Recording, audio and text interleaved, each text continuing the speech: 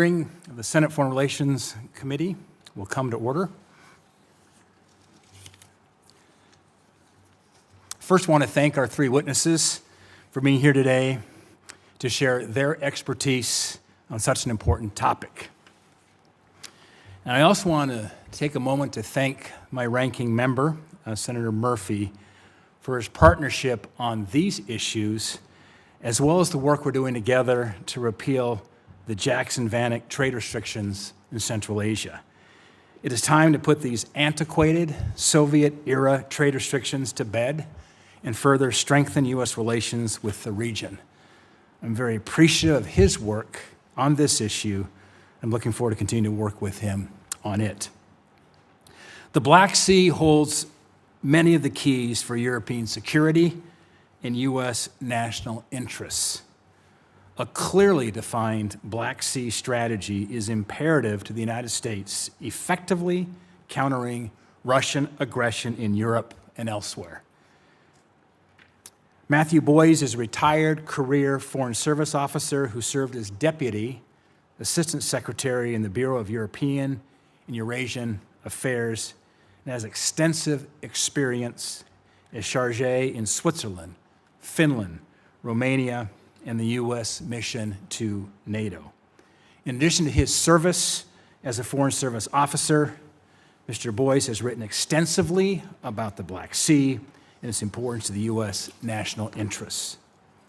Frederick Starr is a longtime expert on the Caucasus, Central Asia, and the Black Sea. Mr. Starr is the founding chairman of the Central Asia Caucasus Institute and the Silk Road Studies Program, and is a distinguished fellow for Eurasia at the American Foreign Policy Council. Starr also served as founding chairman at the Keenan Institute, vice president of Tulane University, and president of Oberlin College. He has written numerous books about Central Asia and the Caucasus. Catherine Sendak joins us from the Center for European Policy Analysis, where she is the director of the Transatlantic Defense and Security Program. Prior to this, Ms. Sendak was the principal director for Russia, Ukraine, and Eurasia in the Office of the Undersecretary of Defense for Policy, where she led efforts on addressing national security priorities, including great power competition with Russia and stability and security throughout Eastern Europe. Thank you again to each of our three witnesses for agreeing to appear here today. Now to the matter at hand. Energy security is national security, and this fact was made even more abundantly clear in the wake of Russia's invasion of Ukraine. In some respects, Europe has made some positive changes, but the fact of the matter is that significant steps need to immediately be taken to protect Europe's future. Reliance on Russia for energy supply is a recipe for European acquiescence to Russian influence and aggression. The western side of the Black Sea presents a warning for the rest of the continent. The nations who border the Black Sea face profound challenges to their national security due to unreliable energy flows and lack of baseload power. They're all taking positive steps towards rectifying the situation, and their proactive action to address their insecurity should motivate the rest of Europe and encourage them to take steps to avoid a similar outcome. Now is the moment for practical energy solutions, which countries like Moldova, Romania, and Bulgaria are pursuing. The recent peace deal in the Caucasus uncorks Central Asia's vast energy resources and creates a future wherein these resources, as well as other sources of power, can flow, be they gas, oil, nuclear, hydro, or others, to build the reliable baseload power necessary for their economies and their national security. The eastern side of the Black Sea holds many of the solutions to problems found on the western side. Now is the moment for further engagement and for the Western world to stand together and facilitate reliable energy flows that will help ensure a bright and more secure future for the region. Beyond energy, the eastern shore of the Black Sea promises huge opportunities for Western commerce. The Caucasus and Central Asia contain large amounts of natural resources, much of which has not yet been fully utilized or even developed. Joint investment and westward trade flows will create a rising tide that truly lifts not just the countries of origin, but those along the trade route, as well as Europe and the broader Western world. What happens in Europe does not stay in Europe. 2 world wars have proven that fact. The United States must lead the rest of the world in fighting back against the encroachment of our adversaries. Without U.S. leadership and a secure Europe, we may once again find ourselves fighting a war, cold or otherwise, to protect the values of democracy and universal human freedom. My sincere hope for this hearing is that we can openly and honestly discuss U.S. Black Sea strategy, the importance of the region for global security, and work towards truly a more cohesive, comprehensive U.S. policy towards the region. This critically important part of the world needs more attention from the United States and our allies. And I hope today serves as the beginning of that new conversation. And with that, I'd like to recognize the distinguished ranking member for his comments, Senator Murphy. Thank you very much, Chairman Daines, and I do look forward to continuing to work with you to draw us closer to our allies in Central Asia through the amendment of the antiquated restrictions built into the Jackson-Vanik Amendment. I hope that we can move that bipartisan legislation, that bipartisan effort through the Senate to the President's desk quickly. Thank you to the witnesses who are joining us here today. We are facing one of the most dangerous moments in U.S.-Russia relations since the end of the Cold War. Unable to militarily conquer Ukraine, but emboldened in part by American inaction, the Kremlin is pushing the boundaries with increasingly direct threats to NATO members. Within the last month, Russia sent nuclear-capable fighter jets into Estonia's airspace with their transponders turned off, and launched a swarm of over a dozen drones into Poland. The aggression has now spread to the Black Sea with a drone incursion into Romania. Putin is acting with virtual impunity, in part because he knows he will likely face zero consequences from President Donald Trump. The president who should be leading this response to show Putin these actions are unacceptable is not leading. The president has rolled out the red carpet for Vladimir Putin in Alaska, but Putin happily pocketed that diplomatic win and went right back to firebombing Kyiv and declined requests to enter serious negotiation. The administration's deadlines for peace talks have just come and gone, and yet they still refuse to support bipartisan sanctions legislation that's been pending now in the Senate for months. And there's been no new request for additional funding for Ukraine in Congress. As Britain's M16 chief noted recently, Russia does not have the wherewithal to fully subjugate Ukraine by force. So the only way that Moscow at this point can achieve its objectives is by weakening the United States and European support for Ukraine and exploiting divisions within and among NATO nations. And this is where our conversation today about the Black Sea region becomes so key. Russia is pursuing an aggressive strategy to undermine pro-Western democratic governments throughout Europe, and the Black Sea region is especially vulnerable. Moscow is pouring billions into bribery, propaganda, subversion, and energy bullying in order to install governments in this region that are friendly to Moscow. But the administration's response has been basically to unilaterally disarm.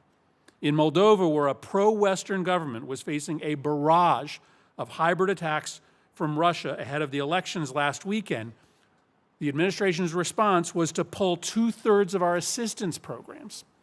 While Russia is pouring billions into propaganda and influence campaigns, the administration shut down the capacity at the State Department to fight back against Russian propaganda, the Global Engagement Center. This Department of Justice has slashed anti-corruption programs and stopped enforcing the Foreign Corrupt Practices Act, which prevented American companies from paying bribes. At the same time that we know bribery is one of the main pathways for Russia to gain influence in this region. In Romania, a key NATO frontline state, the Trump administration is signaling they may draw down our military presence, once again weakening the argument for why citizens should back a pro-Western, pro-American government. History shows us that Russia does not respond to concessions or mixed signals. It responds to strength and to clear red lines. U.S. policy in the Black Sea region must reflect this reality. I thank our witnesses. I look forward to your testimony. Thank you, Mr. Chairman. Senator Murphy, thank you. Our first witness is Matthew Boyse, Senior Fellow at the Hudson Institute Center on Europe and Eurasia. Mr. Boyse, the floor is yours. Chairman Daines, Ranking Member Murphy, distinguished members of the committee, thank you for the opportunity to testify before you today. The Black Sea and the broader Black Sea region, BSR, are more important to the U.S. national interest than is often appreciated. This hearing adds impetus to important work the SFRC has done, including by pressing the State Department and the interagency to develop a Black Sea strategy, by holding hearings, by traveling to the area, and by shining a light on a region of great geopolitical importance. Thank you so much for organizing this important conversation. The BSR is also important in the context of the ongoing debate within the United States foreign policy community about its priorities. Given the centrality of the BSR to the balance of power in Europe and Eurasia, and the negative trends there, the region should remain a major focus of U.S. foreign policy, even as the administration focuses on the paramount threat from communist China, challenges in the Western Hemisphere and the Middle East, and other issues. Now, Putin's war against Ukraine has higher stakes than just reincorporating that country into the Russian Federation. The BSR is indispensable to his efforts to restore status and project power regionally and globally. The BSR is also the primary battlefield for his efforts to reshape a new international order, together with communist China, Iran, and others, and is an important laboratory for hybrid war against NATO. In recent years, Russia has been scoring successes on the eastern littoral of the Black Sea via its creeping state capture of Georgia.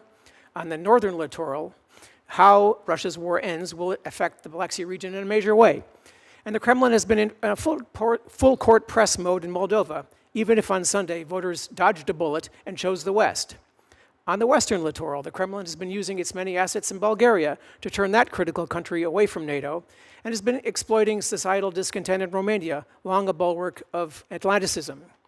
Russia's efforts in these states, via state capture, weakening key institutions, or supporting pro-Moscow forces, could create an arc or corridor of instability from Southeast Europe and the Balkans into the heart of Europe, including from northern Macedonia through to Serbia, Hungary, Slovakia, and Austria, all with governments amenable to Russian interests. Of course, this may not happen and should be strongly opposed, but it shows that trends in the BSR could ease Kremlin inroads into what Putin no doubt sees as potential soft underbelly of NATO. The southern littoral, of course, is a different case, as Turkey is both opposed to many and open to some Russian interests.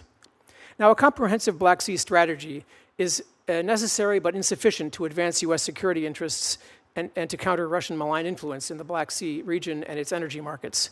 Other political, diplomatic, military, or economic steps are necessary, which I'll touch on briefly in a minute. But just on energy, the USG should ramp up its engagement with BSR states to diversify further away from Russian sources, such as by supporting more LNG sales and nuclear energy cooperation, including SMRs. Now, the State Department strategy presented to this committee in October 2023 was a start, but it was not whole of government. It was more a laundry list of intentions, and it wasn't that focused on energy. It didn't really contain a timeline, and it wasn't well resourced. A strategy that focuses more on energy and it includes these issues could very well advance U.S. goals. But also, blunt language, like we recently saw from President Trump, also reminds allies and friends that the U.S. cannot want European energy security more than they do. Now, for trade and commerce to flourish in the Black Sea region, the Black Sea must remain free and open. Freedom of navigation is essential. That is not currently the case. Yes, trade takes place, but the war negatively affects trade and economic relations and the BSR role as a trade crossroads over the millennia. Crimea under Russian control considerably increases Moscow's ability to mess with the Black Sea region. And if Russia were ever to control the entire northern littoral, part of what Putin calls Eurasia, it would strangle Ukraine's maritime access to global markets. This must not happen. The optimum outcome for trade, economic growth, and peace and prosperity in this broad region is a demilitarized Black Sea, as it was the case for a time after the Crimean War. Now, the USG has many tools, many ways to advance its strategic interests in the Black Sea region. I'll only mention a few here as I'm running out of time, but happy to go into more and in more detail in the discussion. I think the USG should look at the BSR holistically as a geopolitical region of major importance to NATO and thus to the United States. I think the EU should be urged to focus much more on the Black Sea region now that the Commission in May finally adopted a Black Sea strategy. I think allies should be pressed to further reduce the flow of funds to the Russian war machine. NATO should be seized with the BSR. A whole of government strategy is needed, as you've called for. I believe that that Black Sea security should be mentioned in the Trump administration's national security strategy. I believe that USG must not recognize Crimea as Russian territory. And of course, there are many other issues. For example, by vigorously engaging with Turkey as steward of the Montreux Convention to prevent Russia from returning the Black Sea fleet to pre-war status after hostilities end. And of course, there are also such issues as the Three Seas Initiative, revitalizing that, working with our great Romanian allies. But perhaps the best thing to do is just to stop here. There's much more that can be said, and my time is up. I've submitted a statement for the record that goes into greater detail. Thank you again for the opportunity to speak with you today, and I look forward to your questions. Mr. Boyse, thank you. Dr. Fred Starr, Chairman of the Central Asia Caucasus Institute and Silk Road Studies Program.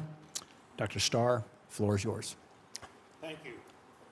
Thank you very much. First, I'd like to applaud the chairman and ranking member for their attention to this issue. That yours is a bipartisan initiative makes your attention all the more important. Attention both to the Black Sea region and, I should say, Jackson Vanik. Bravo. Let me start with a note on the geopolitical context. Our focus on the Baltic countries is urgently needed, for they're under existential threat from Mr. Putin. However, the entire Black Sea region is also in crisis, and for the same reason. The difference is that Washington has yet fully to acknowledge Black Sea issues. Like the Baltic area, the Black Sea region includes 3 members of NATO, Romania, Bulgaria, and Turkey. NATO and the US maintain 3 military bases in Turkey and an important one in Romania. Like the Baltic, the Black Sea plays an important economic role as a gateway to the world's oceans. Without it, Europe's second longest river, the Danube, would be cut off from world shipping lanes.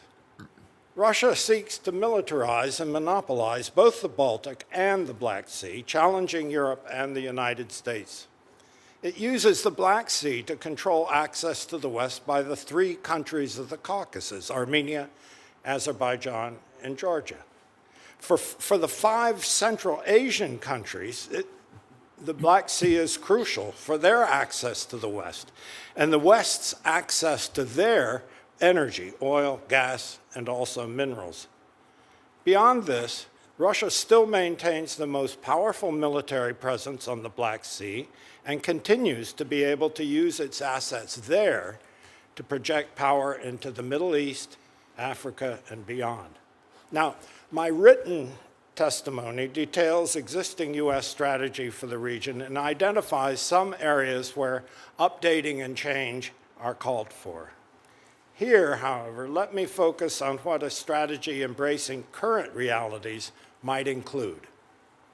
A revised strategy should be based on this committee's 2023 document on the region, but has to comb out its irrelevancies and be more blunt in identifying and addressing threats.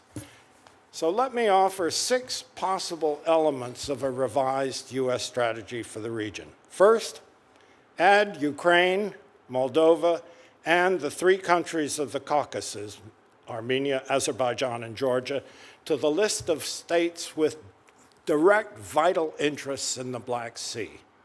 Also, acknowledge the critical importance of a free and open Black Sea for Western access to the resources of the 5 countries of Central Asia, and for those countries to enable those countries to build economic ties with the West that can balance the tide of investment that is coming to them from China and Russia.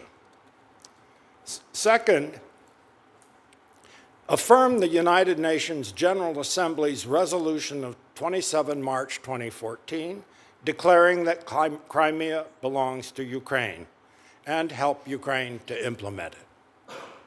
Third, consistent with NATO's forward posture, strengthen the naval capacities of Bulgaria and Romania, and work with other countries to assist non-NATO members, non-NATO member Ukraine, to strengthen its navy. Fourth, establish a rotating NATO naval presence in the Black Sea. Fifth, to ensure regional buy-in through regular consultations, establish a permanent Black Sea Council. And sixth, acknowledge Turkey's special relevance and interest in Black Sea security and engage Turkey more actively in advancing the above goals. Now, these are just suggestions of how our current strategy might be updated to confront current realities. But let me conclude with a very different note. These suggestions identify today's Russia as a malign force in the Black Sea region. However, President Putin's assault on Ukraine is faltering badly, and Russia is on the brink of bankruptcy. We grossly underestimate the significance of both these developments, which are disgracefully underreported in the American press and in American political discourse. A post-Putin Russia is already dawning, but its contours remain totally unknown. I therefore urge your committee as a whole to begin now to review U.S. strategy in light of all the most likely lines of Russia's further evolution. Thank you very much. Dr. Starr, thank you for your testimony. Catherine Sendak, Director of the Transatlantic Defense and Security Program at the Center for European Policy Analysis. Ms. Sendak, the floor is yours. Thank you so much, Chairman Daines, Ranking Member Murphy, and distinguished members of the Subcommittee on Europe and Regional Security Cooperation. It is an honor to address you today on this critical and timely matter of U.S. national security and policy. I should note that the views expressed in this testimony do not reflect those of the Center for European Policy Analysis or its staff and fellows. CEPA for the past 20 years has spent a lot of time focusing on the Black Sea, producing a lot of analysis and recommendations, looking how to highlight the importance of the region to both European and global security. While much of the policy focus has centered on the war inside Ukraine, rightfully so, the broader regional strategy, particularly concerning the Black Sea, as was stated before, remains severely ill-defined and underdeveloped. This gap in a comprehensive, well-defined, and well-resourced Black Sea strategy puts long-term prospects for stability and security at risk, not only in Ukraine, but across the European continent. We have a real opportunity to seize the momentum set forward, a path for tangible policy and achievable, sustainable security in the Black Sea region. There are reasons to approach security challenges in the region with some optimism and some pragmatism. In the wake of what looks like to be a majority victory for the Party of Action and Solidarity, the pro-EU party in Moldova, a concentrated Western attention on Black Sea security in light of Russia's full-scale invasion in Ukraine and its ongoing aggressive actions in the region, increased investment on defense technology and capabilities, and plussed-up defense resources across the West, the time is now. I had the opportunity to lead a year-long study on Ukraine long-term security cooperation and assistance published earlier this year. As a part of that study, we assessed the critical requirements for stability and security in Ukraine with reaching effects of security in the broader region. In order to achieve long-term stability and security on the European continent, the U.S. and NATO should undertake the following in the Black Sea region. One, we must enable Ukraine to defend its territorial sovereignty over the long term. That has far-reaching impacts to the security of the entire region. We must draft, resource, and implement clear, concise, and cohesive Black Sea strategies, both in the United States, NATO, and we need to take a look at U.S.-Russia policy. And finally, we need to provide sustained U.S. leadership in the region, including engagement, presence, and assist our Black Sea NATO allies to further cooperation to bring unified security. As we know, the Black Sea region sits at the crossroads of Europe, the Caucasus, the Middle East, and Central Asia, with a contested and competitive security environment. And we know crucial to Russia's foreign policy objectives is to control the methods and means of commerce and trade in the Black Sea and enjoy unhampered access to project power to other theaters, including the Middle East, the Eastern Mediterranean, and Africa. The threats from Russia, as we know, in Black Sea region and all over Europe are well known. Militarily in Ukraine, Transnistria, and Georgia, politically, as we've seen over the weekend in Moldova and their attempts to derail that democratic process, and of course, hybrid actions that are continuing day by day. I would be remiss if I didn't mention the connections of everything else happening on the European continent with Russia hybrid actions and connecting those dots to what's happening in the Black Sea region. As was mentioned before by the ranking member and others here, the drone incursions, the air incursions in Poland and Estonia, both triggering Article 4 sessions at NATO, the potential drone incursions in Denmark and Norway going on right now, the bombing of the EU building in Kyiv, the GPS jamming of President von der Leyen's plane. These are all cumulative in nature. Russia testing what Europe and the West will actually respond to and react to and try to deter against. Let me briefly just go over my recommendations again, and I welcome the questions, any questions you all have about these. Enabling Ukraine to defend its territorial sovereignty over the long term. So our study took a look at multiple year authorities and multi-year funding for consistent and sustained support and assistance from Congress. We also suggested a 5-year memorandum of understanding between the US and Ukraine, providing a full set of objectives and goals and resources to solidify the partnership. That partnership and solidifying that partnership over the long term will provide consistency and have ripple effects throughout the region. Security cooperation and assistance programs spanning the spectrum of issue sets, military, civilian, reforms, education, creating the opportunity for substantive generational capacity building and change throughout the region. Drafting, resourcing, and implementing Black Sea strategies in our US-Russia policy are clear. We need to relook at the US Black Sea strategy and how to implement that further. We need to create a Black Sea strategy at NATO, and the US must examine a comprehensive US-Russia policy moving forward. And then finally, US leadership is so critical in this space, including engagement and presence and assisting our Black Sea NATO allies, Romania, Bulgaria, and Turkey, to work together further, taking their mine countermeasure task group and expanding it into other domains, including maritime domain awareness, intelligence sharing. The opportunities are great, and we look forward to those opportunities.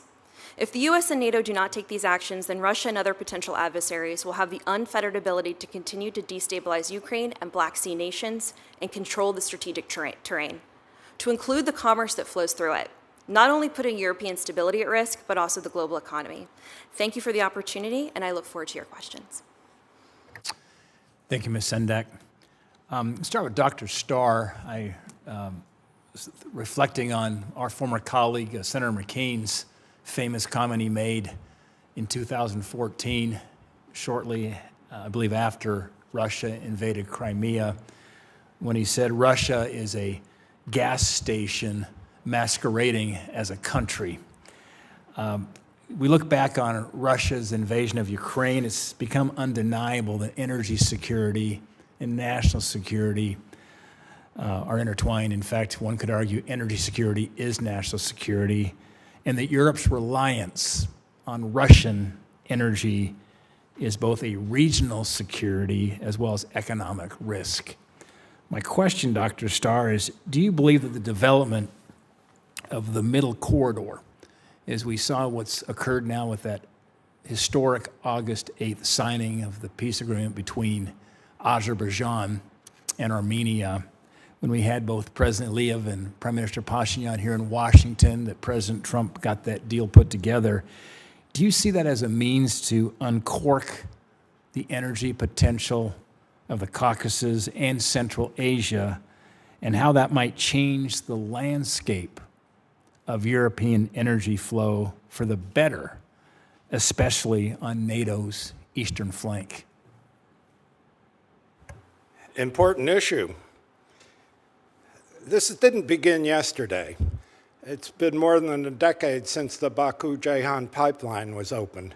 There was so much skepticism about that in this country that we organized a motorcycle run from Azerbaijan on the Caspian all the way to Turkish port of Ceyhan in order to deliver the first oil from Central Asia to Europe by motorcycle. My point is this: yes, it is possible to go through a land corridor for energy from Central Asia, from the Caspian region. However, it would be better to have backups and multiple systems, one that would include across the Black Sea. But if the Black Sea is dominated by Russia and it has its own energy interests at issue, obviously that won't work. So yes, the so-called middle corridor is very important, but at the same time, it can't rely solely on the land route through the Caucasus. It should also have the alternative of a sea route through the Black Sea. Thank you, Dr. Starr, for your insights on that. Appreciated. Mr. Boyse, I want to continue on this theme of energy security. In May of this year, western states of the Black Sea region began construction of a vertical gas corridor as a means to push energy into starved parts of Europe. Mr. Boyse, do you believe that U.S. allies in countries like Romania would benefit from such a proposal? And could this idea succeed where the Nabucco pipeline and other energy projects have failed?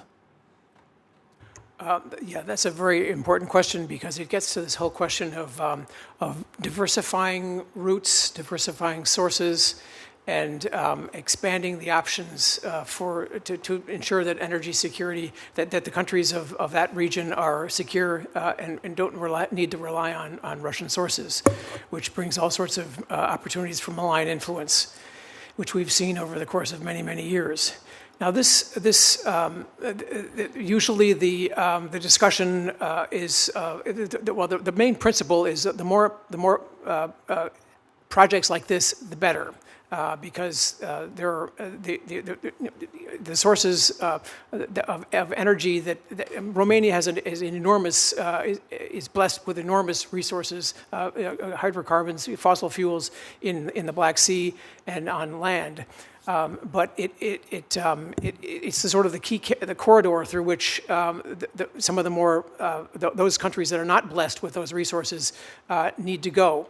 And so this project has been, it's been long in the making, actually, in the conceptualizing. I mean, it actually goes back almost 10 years in terms of when it was first a bright idea in some foresighted people's minds. It's taken quite a long time for it to get off the ground. It's about time that it's happening. It's going to be a good thing when it finally starts to produce the sorts of diverse supplies that the countries that Ukraine needs, that Moldova needs, that Hungary needs, that Slovakia needs, and so we should welcome this and support it in every way we can. Thank you, Mr. Boyse. Ranking Member Murphy. Thank you very much, Mr. Chairman. Ms. Sendak, we've seen both the capability and the limitations of Russian military force in Ukraine. As I mentioned, intelligence estimates are that this will likely be some form of a stalemate for a long period of time. Thus, Russia is going to be more reliant on non-military means, as they always have been, to try to undermine support for Ukraine and to undermine pro-Western governments. And we see all of the myriad ways that Russia uses funding for corrupt politicians, misinformation campaigns, just outright intimidation in order to get what it wants. And yet, as I mentioned in my opening testimony, this administration has effectively shuttered many of the tools that we use to fight Russian asymmetric warfare techniques.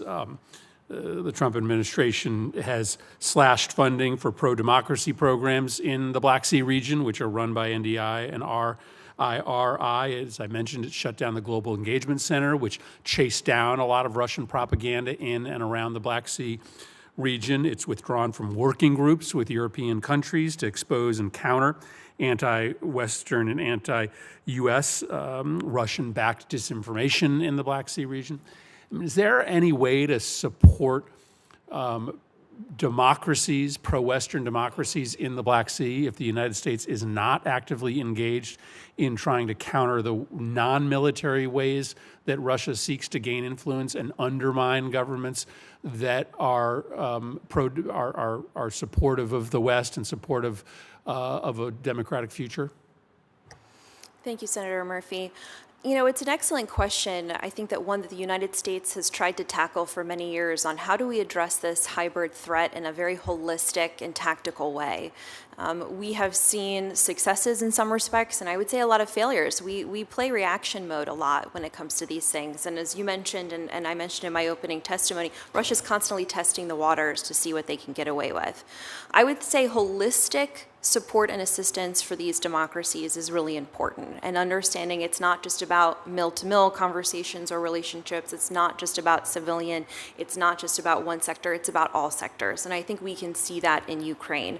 Prior to Russia's full-scale invasion in 2022, we saw a majority of programs that we helped Ukraine with really not necessarily even being military, right? Standing up agencies, understanding budget processes, really weedsy things. So they understood capacity building and how to do this. I think it's very important that U.S. leadership is here. The Black Sea region is a nexus of many organizations and alliances, and the U.S. has an opportunity to lead that from various venues and various streams of effort to really have a holistic perspective. So yes, sir, I agree that a holistic approach to these problems is necessary. I would point to our support for independent media in Moldova.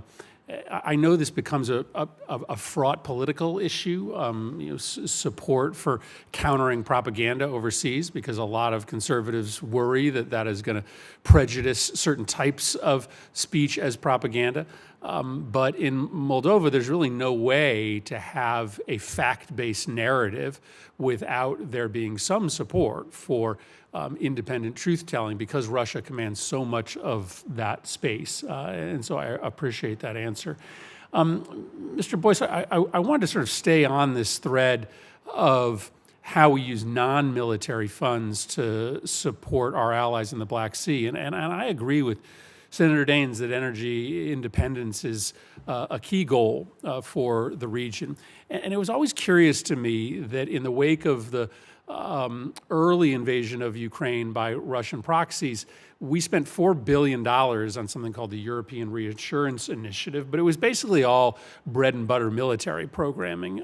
Had we spent maybe $1 billion of that $4 billion on helping Eastern Europe, and the Black Sea become energy independent of Russia, we might not be in the position that we are today. And so I always find it curious that I agree with Senator Daines that energy security is national security. And I guess my question is, should we be considering putting sort of hard U.S. national security dollars into regional energy independence projects? Should we start to fund energy independence in the same way that we fund military support for the region? A lot more projects could get done there if the United States was willing to put some muscle behind it. That's a question, Senator Murphy, that is near and dear to my heart, because I was the Sherpa for the Three Seas Initiative during most of the Trump administration, and we were actually making a fair amount of progress and energy is one of the three pillars. And much of although the investment that did in fact go into the Three Seas Investment Fund a lot of it went into the energy pillar. That initiative has a lot more potential than has been realized. And I hope that the Trump administration takes it up again because there's a lot of goodness there, a lot of interest on the part of our allies in the region, the members of the Three Seas world, and there are as you say taxpayer dollars that are available for this through the DFC. I think that so to the extent that that we can sort of revitalize this or get this kind of going again, I think there would be a lot of receptivity on the part of the countries themselves. Many of the countries in the region have been the beneficiaries of U.S. investment via the DFC and via the Three Seas Investment Fund. There's so much more potential there.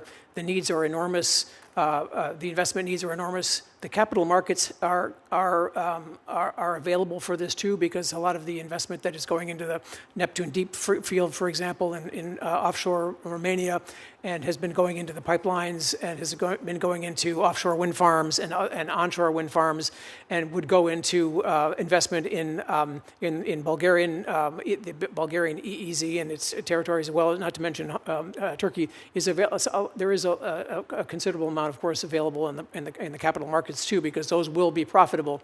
But here again, this whole question of freedom of navigation and the peaceful nature of the Black Sea could be affected by the investments in some of this infrastructure that will help these countries grow further, become energy independent, et cetera.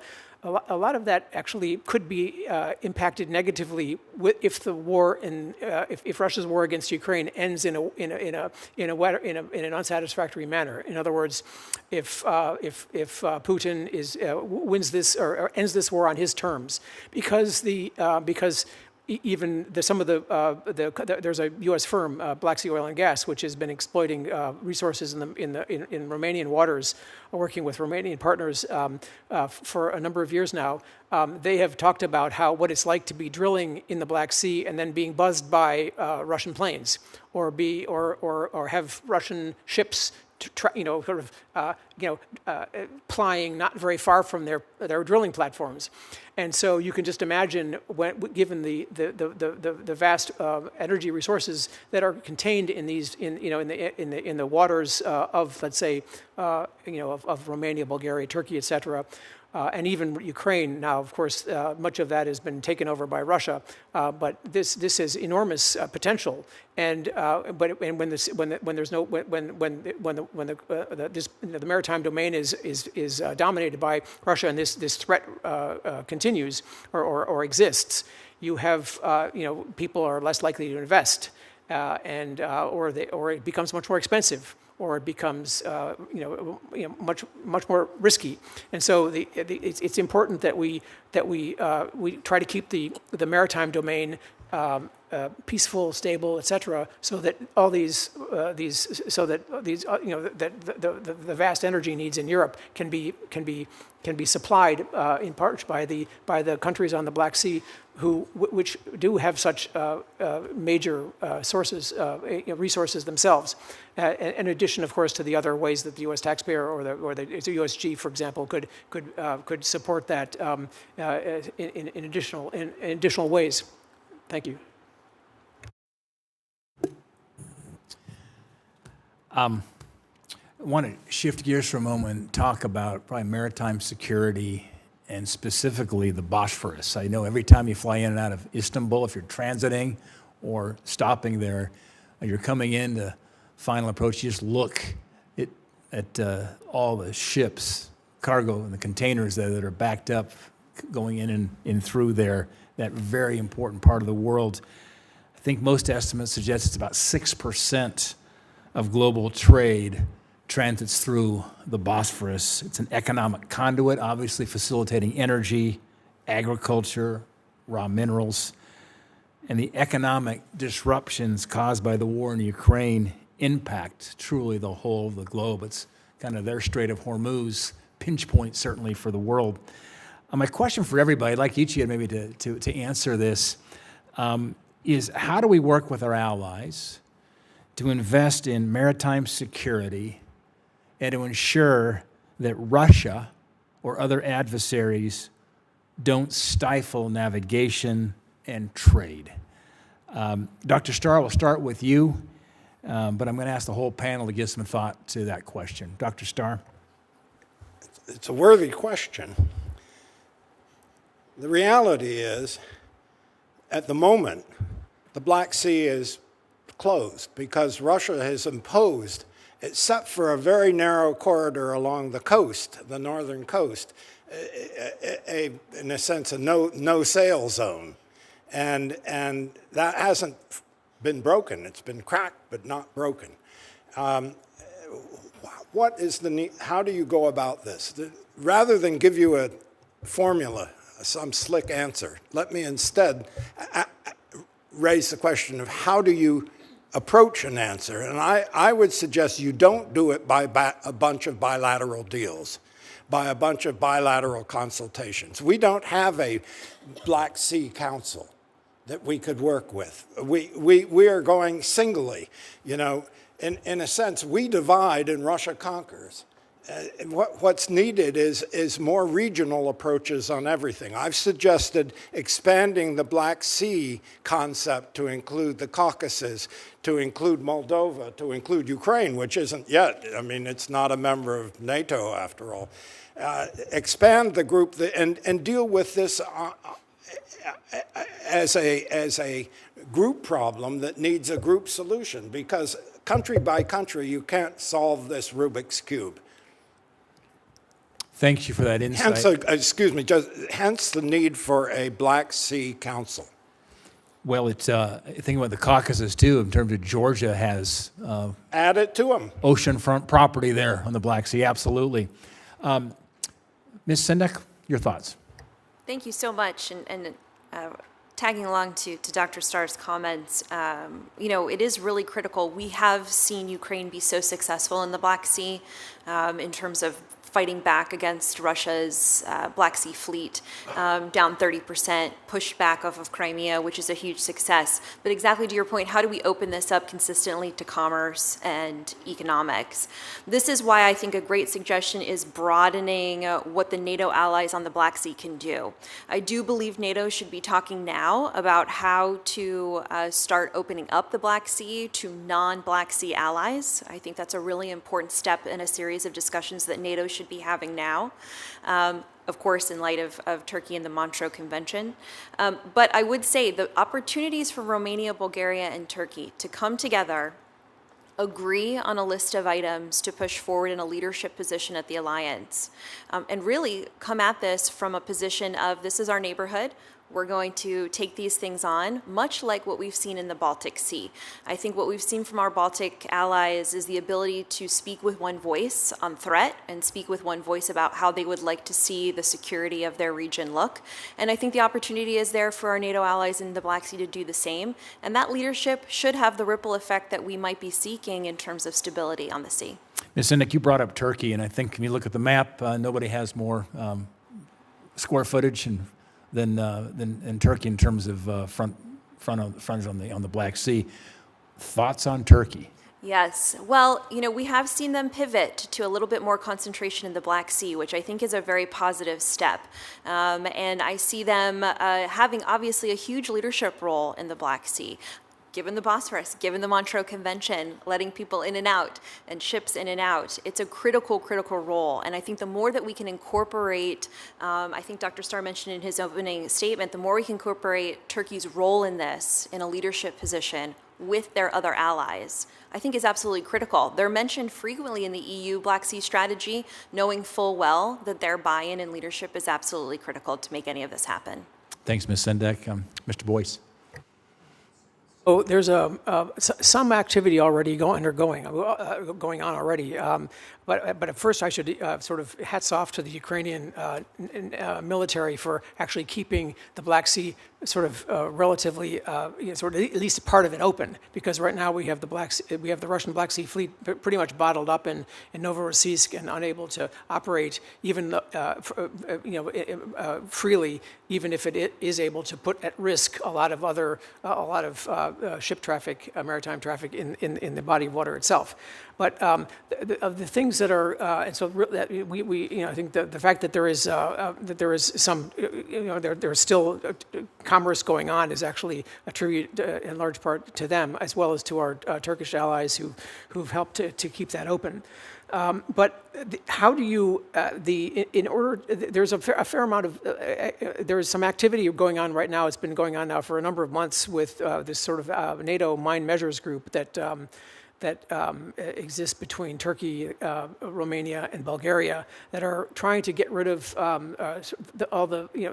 nobody knows how many mines are actually in the Black Sea, but they do threaten freedom of navigation because they make, first of all, they're a threat to shipping. They raise insurance rates. I mean, they make it much more risky to apply commercially. And so this effort, which is a great start, I think needs more attention because there are so many mines. I mean, usually people talk about 400. Sometimes people talk about in the thousands. Nobody quite knows, but they wash up on shores every so often, and the mine measures group finds them every so often. But I think that would actually be how can you not support that? That would be a very, very useful way of trying to keep the these trade routes open and to support freedom of navigation. Otherwise, I mean, there's a lot of, some of it has to do with domain awareness, because some of it also has to do with the pushing back on intrusions. I mean, for example, Russia has Russian ships have boarded commercial vessels in Bulgarian waters. And of course, this is really, I don't know if we would call it piracy, but it's essentially, this is not kosher. And it should be. I think in cases like this, with Russia sort of testing and probing and pushing and engaging in behavior which is illegal according to the laws, laws of maritime in the maritime domain. There needs to be a response to this. It can't just be sort of ignored. And because as long as NATO member states don't impose don't react or don't impose some costs on Russia for behavior like this, that affects the freedom of navigation in a body of water that should be free and open, the Russia will continue to do it. And so this question of reciprocity or sort of pushing back in ways that demonstrate that this will not be. This is not acceptable. Will have a more effect, I think, on Russian behavior than other more diplomatic ways. Before I turn it back to Ranking Member Murphy, Dr. Starr, I can just tell you've got something else you want to say. You were scribbling some notes here. Did you want to add any more? Because you led off on this round robin interview. Do you have something else you want to add to it? Thank you very much. I'm reading this. Read the witnesses here for a moment. It looks like you've got something else you want to say. I thank you. I was thinking about comments you made, and I think we all agree there's no debate about the absolute important centrality of energy, oil and gas, and crucial minerals and so on. But that isn't, if we only do that, we won't get to where we want to get. And I think Senator Murphy has made this point. What do you do then? Well, look what we're dealing with. We're dealing with the many countries whose long-term fate is absolutely not clear at this point. We're, of course, Ukraine. We're also Moldova. Look at the situation there. Positive steps very recently. We'll see. Georgia, my goodness, what a complex mess that is at the moment. Armenia, Azerbaijan, well, they've recently taken very significant steps, but the issue isn't clear. there either. And I'm not even going to dwell on all of Central Asia, which is a region that is of much greater importance to us than merely energy, and to the West than merely energy and resources. It's important because this is a new zone of independent and sovereign states that are doing remarkably well after shuffling around for a generation or so after the collapse of the USSR.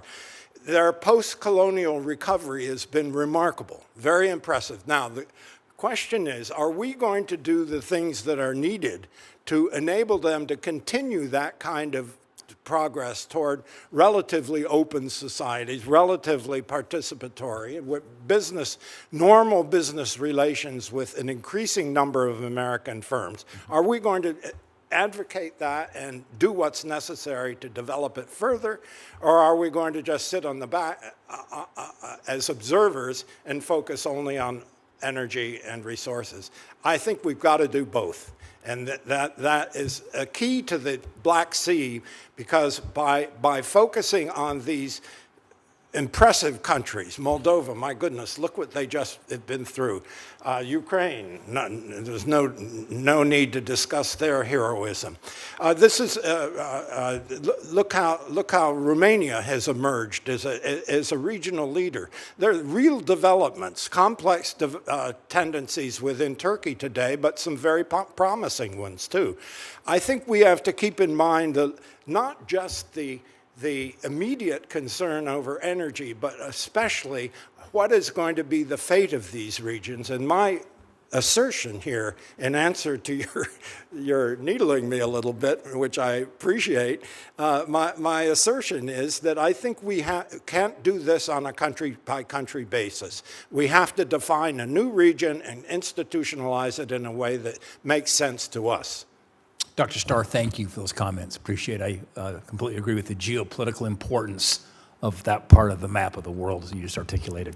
Ranking Member Murphy. Thank you very much. Ms. Sendak, this is 2025, not 1955. Europe is in a position to defend itself in a way that it was not when we made our initial commitment through NATO. I believe in that NATO treaty. I believe in Article 5, but I also think it's absolutely time for the members of NATO on the other side of the Atlantic to take more responsibility for their collective defense. At the same time, this is an incredibly fraught moment. I mean, the moment we're literally sitting in today as jets are flying over the heads of our European partners, as drones are being flown into Romanian airspace, into Polish airspace. And yet we are hearing reports that the Trump administration is considering withdrawing some of our troop presence from Romania, subject of today's hearing, and from Poland. Again, I don't necessarily believe in a world where the United States permanently has to have 60, 70, 100,000 troops in Europe. But at this moment, like right now, it would seem to be a curious time to send a signal that we're pulling out as drones and jets are flying in from Russia. What's your sense of the signal we would be sending to Putin if in the next 30 days we got an announcement from the Trump administration that they were pulling troops out of some of these frontline states? Thank you for the question, Senator Murphy. Obviously, U.S. presence in Europe has been tantamount to ensuring the security over the past 75 years. I had the privilege of working on the House Armed Services Committee several years ago at the start of 2015, where we were spending money on European Reassurance Initiative, as you pointed out, then became European Deterrence Initiative, where we flooded the zone with pre-positioned equipment, rotational forces, training and exercises, which we're still doing today, which is completely and utterly necessary to increase deterrence value. I agree with you completely. I think Europe has received the message, and our NATO allies have received the message that they need to increase their capabilities and capacity, and they're doing that. But we are at a very critical juncture where that has not happened completely yet. And none of us have exactly what we need in a potential conflict. I think as we look at this, U.S. presence is absolutely crucial, not just from the sense of what do we want to do in Europe, but that's power projection for ourselves. We're not just in Europe to, train and exercise. We're there to be part of an alliance. We're there to ensure security and stability. And it has far reaches past the Black Sea, past the Caucasus, into Central Asia, et cetera. So I think it is absolutely critical that the U.S. remains a strong presence on the European continent. I have one final question. I'll pose it to you, Dr. Starr. I think one of the most extraordinary directives that has come out of this State Department is a prohibition on our embassies opining on the fairness of elections. So our ambassadors have been told, even if you think that it's a rigged election, don't say it.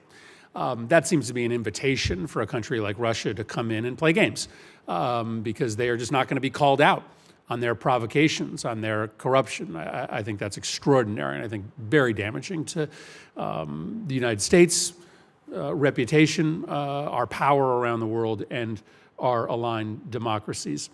You sort of teased the question of what's happening in Georgia today. This is a country that had made great progress, that was a fraught but working democracy with balance on both sides. And today we have a ruling party in Georgia that has reversed the progress on European integration, has moved dramatically backwards away from democratic norms. There have been huge protests, and yet they still have pushed forward laws that suggest this country is sliding into something very, very different than a democracy. There's a headline out of Georgia that reads, "As USAID dies, many of Georgia's vibrant civil society organizations face extinction."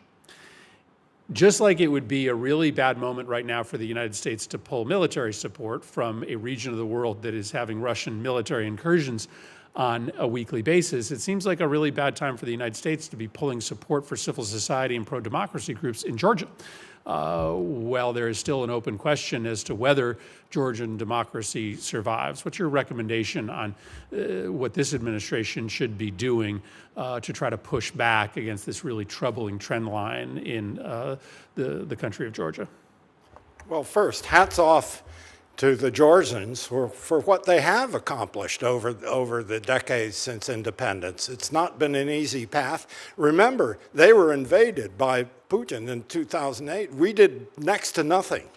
And therefore, our authority there was qualified by that neglect. Just as our authority in Ukraine was qualified by our failure to do anything after Putin stole Ukraine in 2014. So in general, though, it seems to me that we can be a little bit more optimistic than your question implies. Why do I say, with regard to Georgia, why do I say that? Because Putin is not a long-termer. It's over. Exactly when and how it will be over, it's over. He doesn't have the resources. He doesn't have the manpower.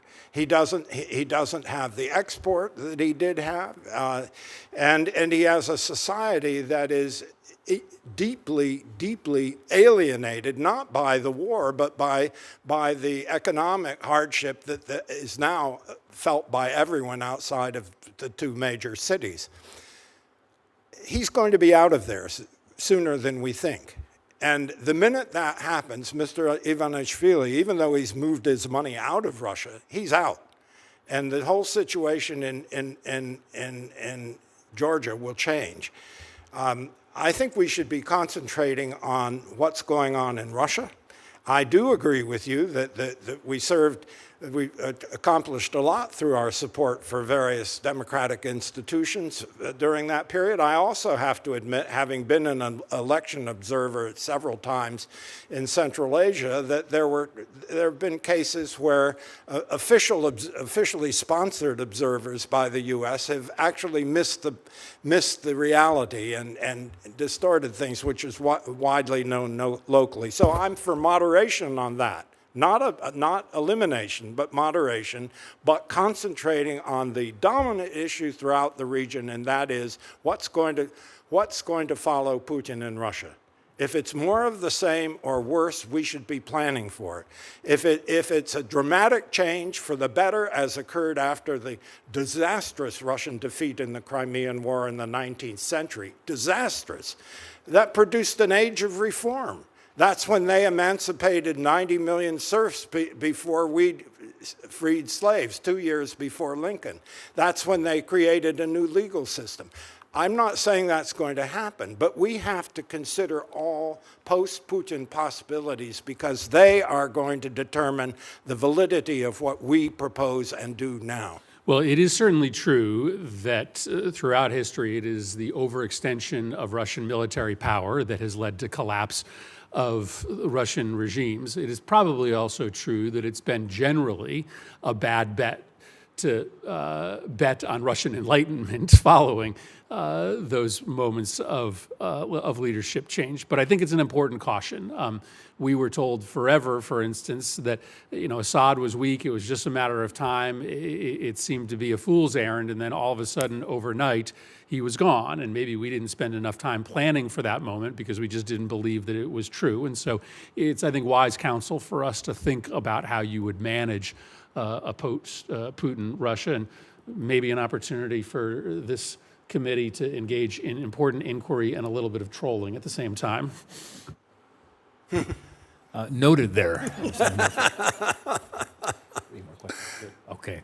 Well, thank you. Sincere thank you to a great back and forth and dialogue on some very complicated issues in a complicated part of the world.